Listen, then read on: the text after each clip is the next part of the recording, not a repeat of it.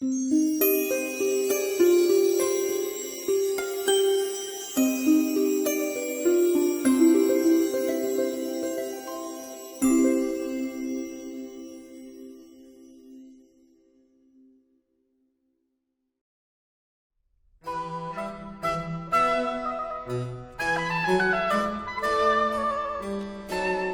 اگر نقاش نمی‌شدین دلتون خواست چیکار بشید؟ خیلی چیزا هست که دوست داشتم، مثلا وکیل خوشم میاد بشم، جامعه شناس، دکتر روانکاو، روانپزشک،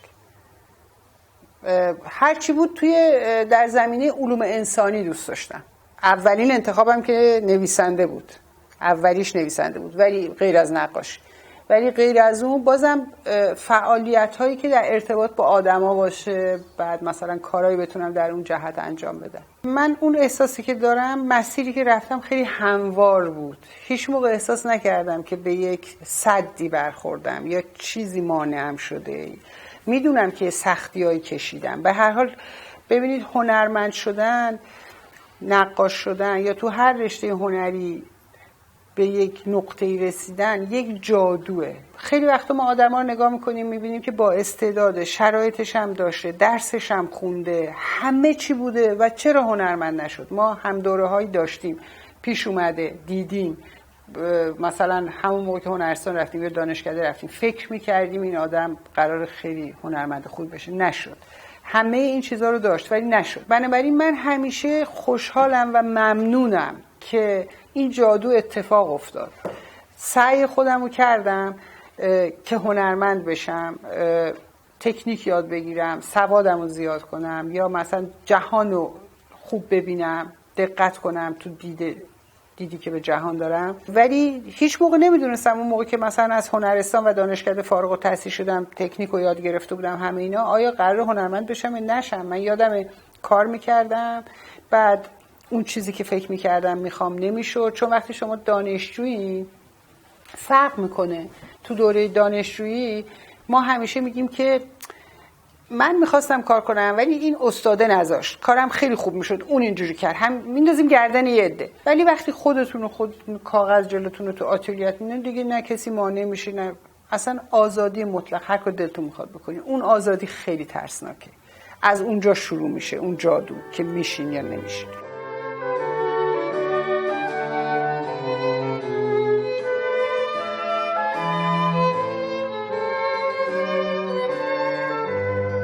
من یادم کار میکردم، بعد میگفتم نه این نمیشه. اولا فکر میکردم خب هر کاری بکنم که بقیه کردن، حالا که چی من یه کاری رو بکنم که بقیه کردن، حالا مثلا که چی. بعد پاره میکردم، راه میرفتم تو خیابون، گریه میکردم، دور خودم راه میرفتم و گریه میکردم، برمیگشتم دوباره میشستم، دوباره یه کاغذ دیگه میذاشتم جلوی خودم. دلم میخواست یه راهی رو برم که کسی نرفته و دلم میخواست به هر حال یه حرفی برای زدن داشته باشم. اون چیزی که تو نقاشی برای من سخت بود این بود که نقاشی یه فرایند، یعنی به وجود اومدن شخصیه، هیچ کسی توش دخالت نمیکنه، شما خودتون میشینین و کار میکنین. این خیلی ارزش، البته هیچکی نمیتونه مانع خلاقیت شما بشه. ولی من از اونجا که یه آدم خیلی اجتماعی بودم، اون بخش تنهایی سختم بود. تئاتر رو برای این دوست داشتم که با یه عده مثل یه سفر طولانی آدم یه مکاشفه عجیب با هم داشتم. اینو دوست نداشتم که همیشه تنهایی باید بشینم کار کنم. برای همینم مثلا کار گرافیک میکردم، کار مختلف میکردم، میرفتم یه سری آدم میدیدم، برمیگشتم زنده میشدم. اصلا از اون آدمایی نیستم که منزوی بتونم فقط بشینم و کار کنم و فقط خودم باشم و اینا. ممکنه یه دفعه 10 روز اصلا از خونه بیرون نرم، تو حیاطم نرم، ولی هر لحظه که اراده کنم باید بتونم پاشم برم و یه سری آدم ببینم و انرژی بگیرم و خوشحال بشم. آدم طبیعتم نیستم. همه با من شوخی میکنن، میگن که اگه میخوای زجرش بدی ببر مثلا تو طبیعت بدون آدما، فقط مثلا منظره خدا، من حالم خراب میشه. میگم خب بس دیگه، حالا دیگه برگردیم. یعنی مثلا میرم توی جنگل آهن مثل نیویورک، خوشم میاد، میدونی، یعنی اون دیوونه خونه رو، اون شور و هیجان و اون شوق و اون علائم انسانی رو، همه اینا رو دوست دارم. به هر حال انسان‌ها رو خیلی دوست دارم. بچه که بودم که سرخوش بودم، خوشحال بودم، فکر میکردم هرچی دلم بخواد میشه و میتونم و همیشه این احساس رو داشتم که میتونم. در این حال مثلا ورزش، اهل شنا کردن و نمیدونم پینگ پونگ، یه سری ورزشام بودن، دوچرخه و همه حرفا. اینا هم به من، ورزش هم به من کمک میکرد، ورزش‌های تیمی هم کمک میکرد. همه اینا یه جوری کمک میکرد که وقتی آدم اراده میکنه یه کاری رو بکنه میتونه بکنه. همیشه این تو ذهنم بود. هیچ موقع فکر نمیکردم یه کاری میخوام بکنم نمیشه. فکر میکردم میشه. بعد که این درا همینطوری به تدریج اون باز شد تو اون مسابقه‌ای که میدادم. مثلا حتی مسابقه دادنم برام تفریح بود، ترس نبود هیچ موقع. میگفتم خوب میکشم، حالا خوب میشه نمیشه دیگه، هیچ مسئله نیست، یا قبول میشم یا برنده میشم یا نمیشه. امتحانا همیشه برای من یه تفریح بود، هیچ موقع یه چیز ترسناک نبود.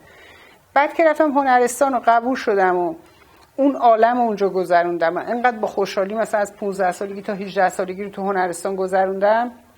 خب دانشکده‌ام خیلی راحت قبول شدم، اونم که اصلا هیچ مسئله نبود. خود دانشکده‌ام باز خیلی چیزا یاد گرفتم تو دانشکده، اونم خیلی خوب بود. چالش اساسیم بعد از دانشکده بود که می‌خواستم هنرمند بشم، اصلا با خودم به یه نتیجه برسم چی کار میخوام بکنم، اصلا چه روشی رو میخوام کار کنم، چطوری باید پیش برم، تکنیکم رو چطوری پخته کنم، دیدگاهم رو چطوری ارائه بدم.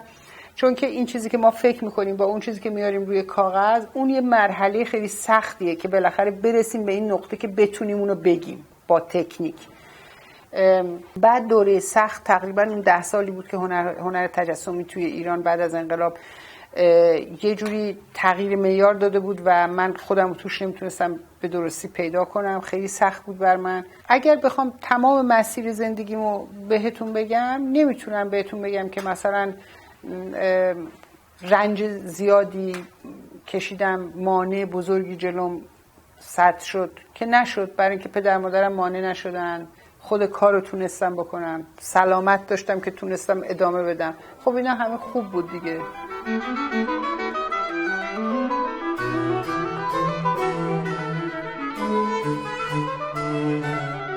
کودکی من همیشه با منه و تکیهگاه خیلی مهمیه برای من دوران کودکی. من اصولا آدم امیدواریم و فکر میکنم این امید رو از بچگی میارم و به آدما اعتماد میکنم، آدما رو دوست دارم. همیشه میگم بزرگترین ثروت من آدمان، دوستامن و کسایی هستن که توی فامیل و خانواده دوست دارم. خیلی از اون آدمایی نبودم که خیلی با فامیلای دور یا انواع اقسام فامیل معاشرت کنم، انتخاب میکردم اون کسی که تو فامیل برام جذاب بود با اون معاشرت میکردم و دوستای خیلی زیادی دارم در اقصا نقاط دنیا. همین بهم یه اطمینانی میده. همیشه احساس میکنم که هیچ موقع تنها نیستم. هیچ موقع من احساس تنهایی نمی‌کنم، یعنی ترس از تنهایی ندارم. اینا فکر می‌کنم از بچگی میاد، چون اعتماد می‌کردم به پدر مادرم، به خواهر برادرم.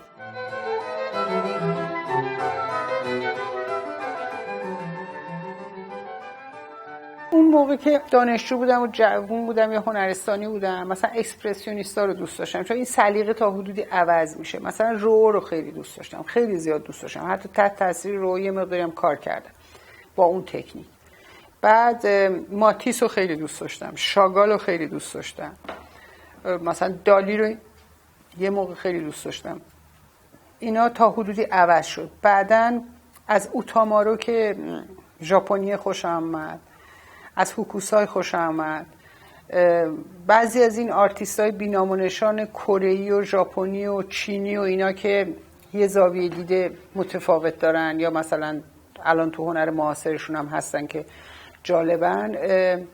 از رضا عباسی خیلی خوشم آمد، چون من از یه تاریخی به بعد که تحت تاثیر هنر ایران شیوه‌مو عوض کردم، 100% اون نقاشایی هم که توی فضای هنر ایران بودن برام جالب شدن، از جمله کمال الدین بهزاد و رضا عباسی.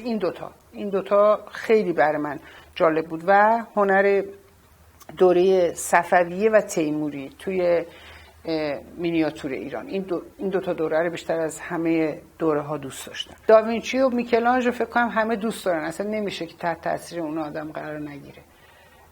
یه دوره مثلا مودیلیانی رو دوست داشتم، خیلی از نقاشا رو دوست داشتم و دارم، هنوزم دوستشون دارم، یعنی نمیتونم انگوش بذارم. فقط مثلا یه دوره هایی از پیکاسو رو خیلی دوست دارم. همون اواخر توی فلوریدا یه نمایشگاه دیدم، پیکاسو و دالی با هم، خیلی نمایشگاه جذاب بود. یه سری کارهایی از پیکاسو دیدم که اصلا ندیده بودم، یا از دالی دیدم که اصلا ندیده بودم. جلوی هر کاری قرار بگیرم اگه کار خوبی باشه خیلی با من حرف میزنه و ارتباط برقرار میکنه.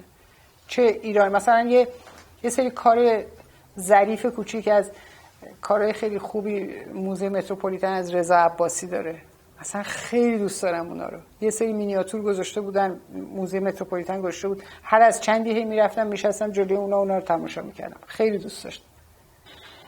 این اواخر که برداشت میکنم از نقاشی‌های غربی، باز دوباره کار این نقاشی غربی رو نگاه میکنم، باز خیلی ها برام جذاب شدن. مثلا گویا همیشه جذاب بود، بازم جذابه. خیلی هم اگه بخوام بگم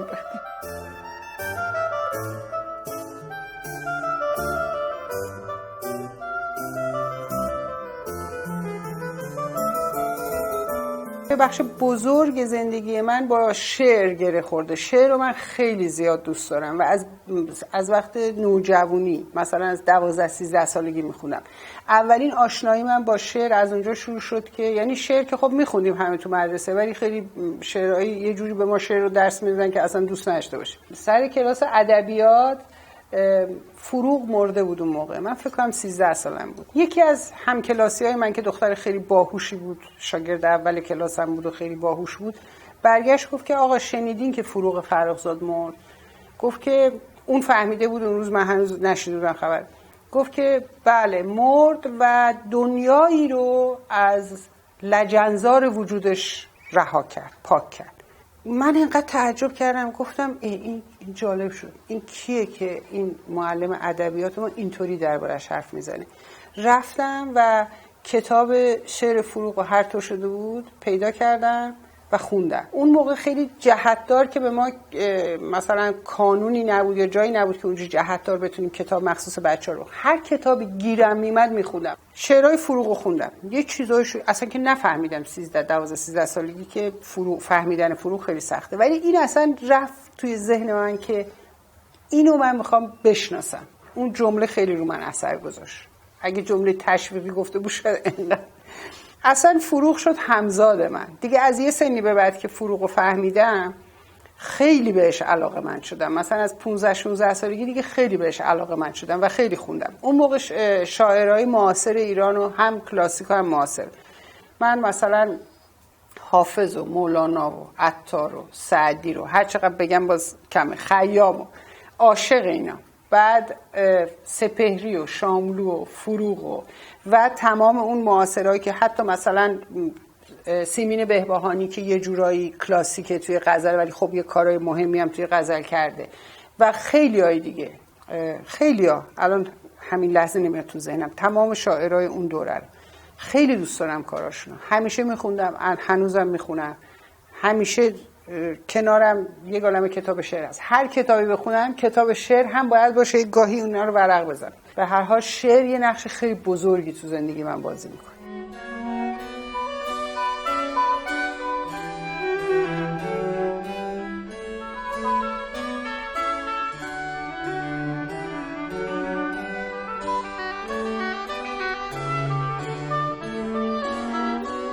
نویسندگی رو گذاشتم که اصلا دیگه فکرشو نکردم، میدونین، ولی اون حالتی که توی کارام قصه گویی میکنم یا داستان تعریف میکنم یا اینا، اون از همون روحیه میاد. مثلا من هیچ موقع گرایش پیدا نکردم به هنر انتزاعی محض، همیشه انگار میخواستم یه داستانی رو تعریف کنم، مثل اون داستانی که تو کودکی با نقاشی که میکشیدم و تعریف میکردم. به همین دلیل دیگه اون اومد توی کارم. همه این کارهایی که کردم، عکاسی، تئاتر، انیمیشن، همه اینا، نقاشی متحرک، همه به من کمک کرد توی نوع کاری که داشتم میکردم. هم از بابت تکنیک به من کمک کرد، هم از بابت فکر به من کمک کرد. کلید موفقیتم در عشق به هنر بود، عاشقش بودم و در پرکاری و پشتکار و فکر میکنم که مطالعه و خوندن و دیدن و مثلا در ارتباط با هنر معاصر دنیا یا هنر قدیم یا هنر ایران قرار گرفتن، میدونی نمیشه انتزاعی بدون اینکه ما از هیچ نقطه‌ای تغذیه کنیم، فقط دستمون کار کنیم. کسی که فقط دستش کار میکنه هنرمند نمیشه.